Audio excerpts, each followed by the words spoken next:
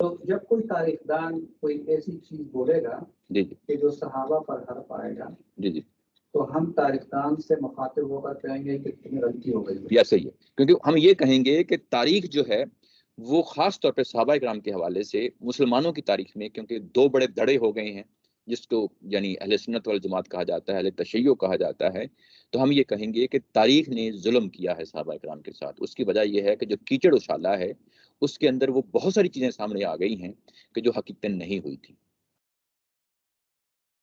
یعنی اس میں وہی تاریخ دان اونچی آواز ذرا.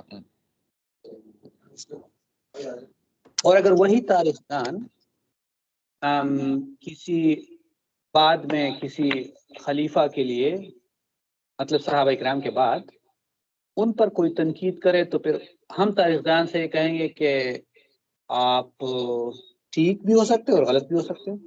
جی ایسا ہی ہے. پھر ہم دفاع نہیں کریں گے، لیکن اس کو زیر بحث لے آئیں گے. بعد کی تاریخ کو ہم عام انسانوں کی تاریخ طرح جو ہے زیر بحث لے کے آئیں گے. عام انسانوں کی تاریخ کیا ہوتی ہے؟ اس میں سچ بھی ہوتا ہے، جھوٹ بھی ہوتا ہے، اس میں واقعات کو دیکھا جائے گا، پرکھا جائے گا. حرف آخر تو نہیں کہیں گے، کیونکہ تاریخ کی کسی بات کے بارے میں حرف آخر نہیں کہا جا سکتا. اگر صحابہ کرام کے حوالے سے کوئی مسئلہ سامنے آ جاتا ہے تو ہم توجیہ کریں گے، وہ ہماری مجبوری ہے. اس کی وجہ یہ ہے کہ قرآن جس مقام پہ ان کو کھڑا کر گیا ہے، ہم جو ہے وہ اگر ان پہ انگلی اٹھتی ہے تو پھر قرآن پہ انگلی اٹھ جاتی ہے. اور میں خیال ہے کہ یہی رویہ وہ جو ہم نے کتاب پڑھی تھی، جی جی کہ احادیث کے اندر بھی پھر حنفی یہی کام کرتے ہیں. یہ ایسے ہی ہے، ایسے ہی ہے. توجیہ کی اور توجیہ کی ایسے ہی ہے. یعنی جس طرح ہم حدیث کے ساتھ معاملہ کرتے ہیں کہ ہم اگر کوئی کہیں گے کہ غلطی ہو سکتی ہے، راویوں سے غلطی ہو سکتی ہے، تو ہم حدیث کو اگنور نہیں کر دیتے. اگر کوئی پرابلم کہیں آتا ہے، سامنے نظر آتا ہے، تو ہم اس کی یہ کہیں گے کہ یہ قرآن کی اس آیت کے خلاف ہے، سنت کے اس چیز کے خلاف ہے، اس لیے ہم اس کو قبول نہیں کرتے. ہم اسٹریٹ اوے ریجیکٹ نہیں کر رہے حدیث کو. ٹھیک ہے نا؟ یعنی پھر ہم اگر توجیہ کرنی پڑتی ہے تو ہم توجیہ بھی کریں گے، توجیہ بھی کریں گے. اس کی وجہ یہ ہے کہ یہ ہمارے پھر جو اوور آل ایک تصور بنتا ہے پورے کے پورے دین کا، اس میں کیونکہ وہ نبی کے ساتھ جڑی ہوئی چیز ہے تو ہم اس کو اسٹریٹ اوے ریجیکٹ نہیں کریں گے. ہم یہ کہیں گے کہ یہ سنت کے مطابق معاملہ یہ ہے، قرآن کے مطابق معاملہ یہ ہے، اور اگر ہمیں توجیہ بھی کرنی پڑ جاتی ہے ہم توجیہ بھی کر لیں گے، لیکن ظاہر ہے کہ اسٹریٹ اوے ریجیکٹ نہیں کریں گے. اس طرح کا صحابہ کرام کا معاملہ ہے. اور اگر باقی تاریخ ہے تو اس تاریخ کو کبھی بھی ان کے ساتھ رکھ کے نہیں دیکھیں گے، وہ ایک ڈفرینٹ معاملہ ہو جاتا ہے. اچھا، اس کے بارے میں کوئی چیز ہے کہ یہ جو ہمارا رشتہ ہے رسول اللہ صلی اللہ علیہ وسلم کے ساتھ، اس امت میں بات کروں تو یہ جو صحابہ کے ساتھ ہمارا رشتہ ہے محبت کا اور ایک خلوص کا اور ایک دیگر کا، اور اونچی آواز رہا. اس کی وہ جو ایفرٹس ہے جو اس سورہ ال عمران میں نظر آ رہی ہے، وہ اس کو ہم ایک ہائی جگہ پر رکھتے ہیں. جی جی کیا یہ ہمارے سالے میں آتا ہے کہ جو ہمارا رویہ ہے یا نہیں آتا ہے؟ اس کا کوئی نہیں. دیکھو اس میں بڑی صاف اور واضح جگہ پہ کھڑا ہونا چاہیے. کچھ چیزیں ہوتی ہیں جو دین کے تقاضے ہوتے ہیں. دین کے تقاضوں کو ہمیشہ دین ہی کے طور پہ دیکھنا چاہیے اور اسی پہ ثواب ہوگا. میری بات سمجھ رہے ہیں نا؟ یعنی دین کے تقاضے کیا ہیں؟ نماز پڑھی جائے، روزہ رکھا جائے، حج کیا جائے، قرآن کو سمجھا جائے، اور سنت پہ عمل کیا جائے. یہ وہ چیزیں ہیں جو اصل عمل صالح ہیں. باقی چیزیں جو انسانی سطح کی چیزیں ہوتی ہیں ان کو ہمیشہ انسانی سطح پہ دیکھنا چاہیے. ایون جو تاریخی عمل ہے، حدیث کا بھی جو عمل گزرا ہے اس کو آپ سمجھیں گے، دین سمجھیں گے، دین کی جو ہے نا چیزوں کو ظاہر ہے اسی کے بیان میں لے کے آئیں گے، سمجھیں گے، اس پہ بھی آپ کو ثواب ہوگا. لیکن یہ کہ بعض اوقات ہم بہت ساری چیزوں کو ایسے ہی ثواب سمجھ لیتے ہیں، اس کو اس طریقے سے کیٹیگرائز نہیں کرنا چاہیے. یعنی ایک دین اور دین کا کنٹینٹ ہے، دین اور دین کے کنٹینٹ پہ جو عمل کریں گے وہ ایک ڈیفرنٹ چیز ہوتی ہے، باقی چیزیں جو ہے نا وہ ڈیفرنٹ ہوتی ہیں. اس کو جو ہے نا یہ بھی فرق رکھنا چاہیے. بعض اوقات جو ہے نا وہ ہماری جو بزرگوں کے واقعات ہوتے ہیں ہم اس کو بھی دین سمجھ لیتے ہیں، ایسی بات نہیں. ہم ان کو بیان کرنے کو بھی جو ہے نا دین سمجھ لیتے ہیں، ایسی بات نہیں ہے.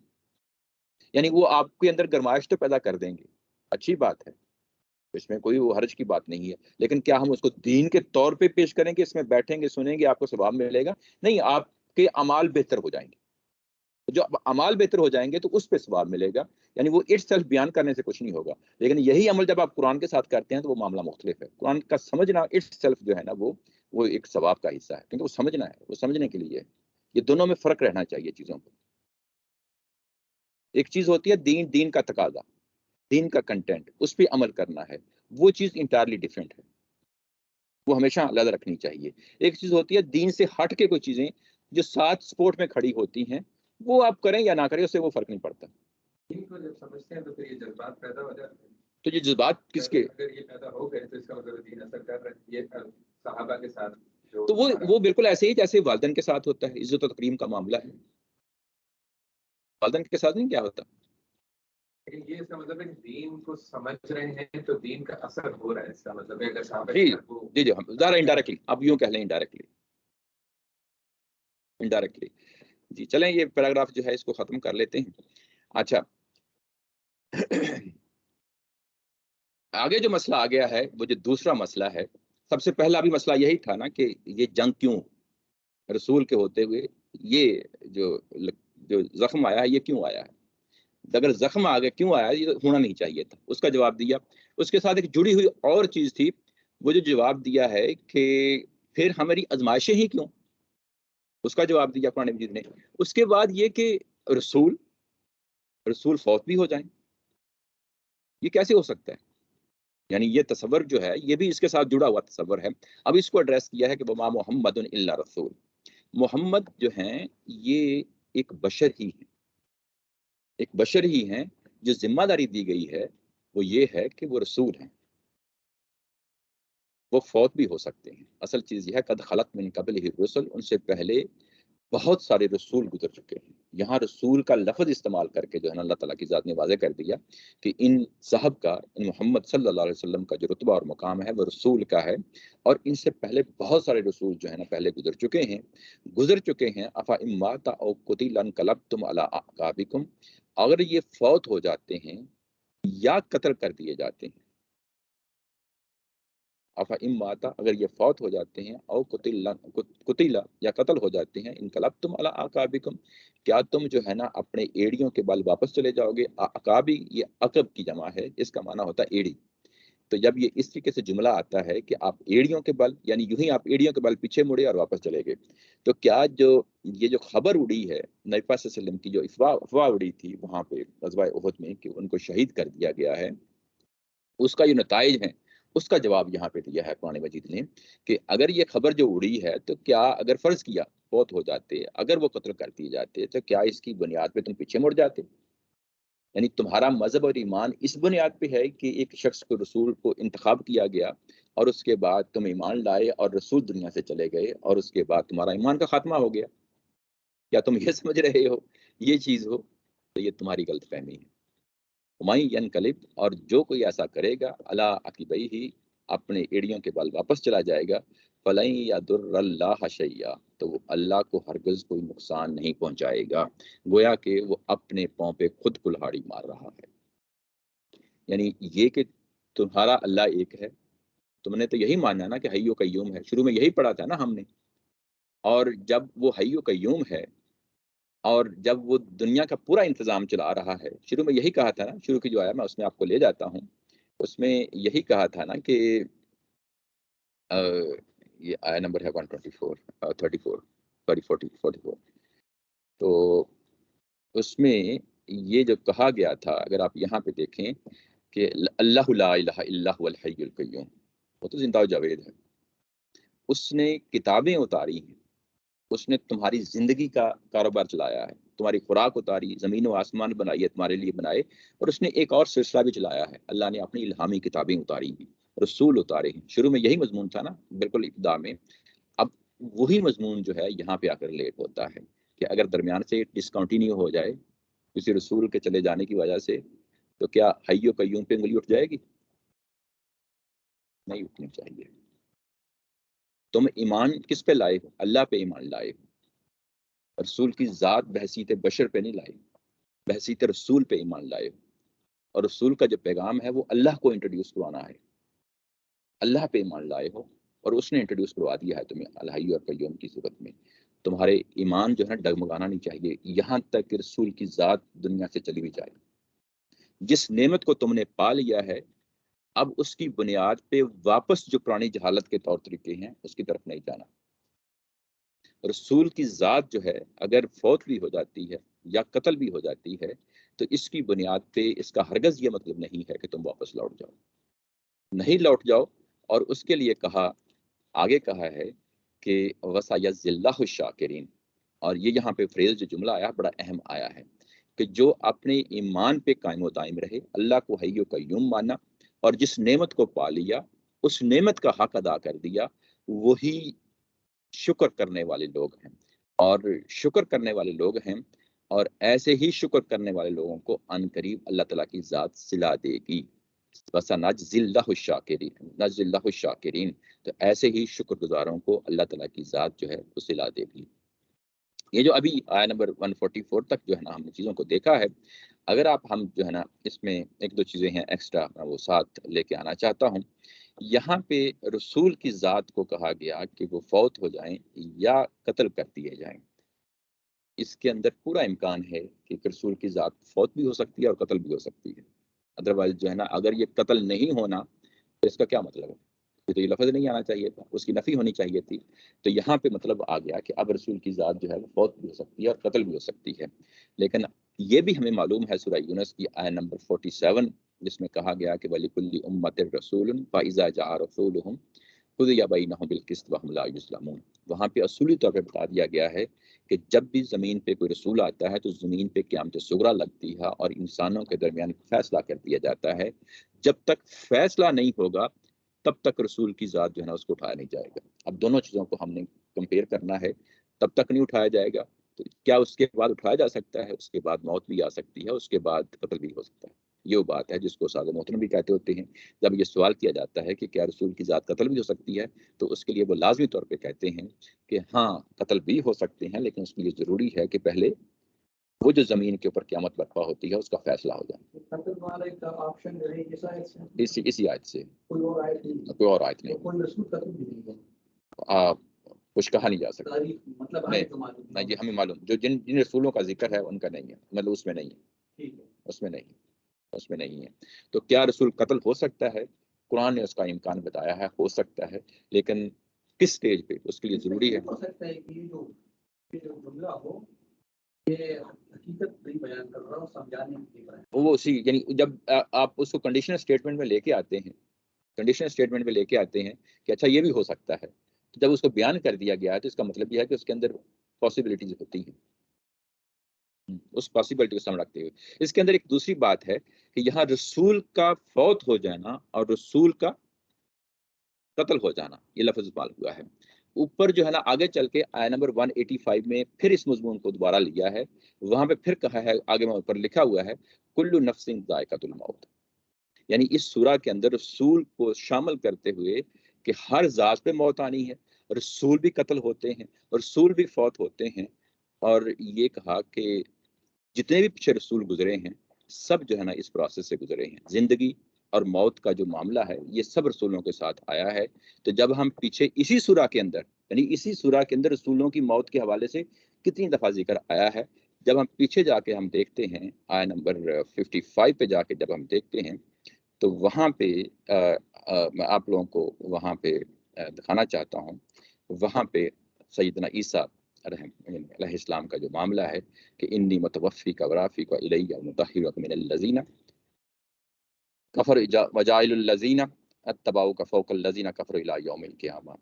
تو یہاں پہ بھی ظاہر ہے کہ ایک ہی سورہ کے اندر اتنے مضامین اکٹھے ہو گئے ہیں، تو پھر ظاہر ہے کہ یہ جب یہ کہا جاتا ہے کہ پچھلے تمام رسول جو ہے نا وہ اس سے گزرے ہیں، قد خلت من قبلہ الرسل، اس سے پہلے بے شمار رسول گزر چکے ہیں، ان سب کے بارے میں یہی کہا ہے افا امات او قتلا انقلبتم علی اعقابکم، وہ سب کے سب جو ہے نا اس زندگی اور موت کے مراحل سے گزرے ہیں۔ تو اس میں حدیث علیہ السلام کی کوئی ایکسیپشن ہوتی تو یہاں پہ ضرور یعنی اس کو بیان کیا جاتا، ایسی کوئی چیز نہیں ہے۔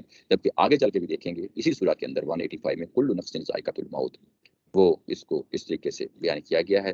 آج ہم تھوڑا پڑھ پائے ہیں، لیکن بہرحال ظاہر ہے کہ 144 تک جو ہے اس کو پڑھ لیا ہے، آگے انشاءاللہ اگلے سنڈے کو ہم باقی جاری کریں گے۔ آج ہم نے شروع میں ظاہر ہے کچھ چیزیں ابتدا میں بتانی تھیں اور وہ اس کی وجہ سے ظاہر ہے کہ یہ سیشن کچھ چیزیں واضح کرنی تھیں، اس میں وہ ٹائم اس نے لے لیا۔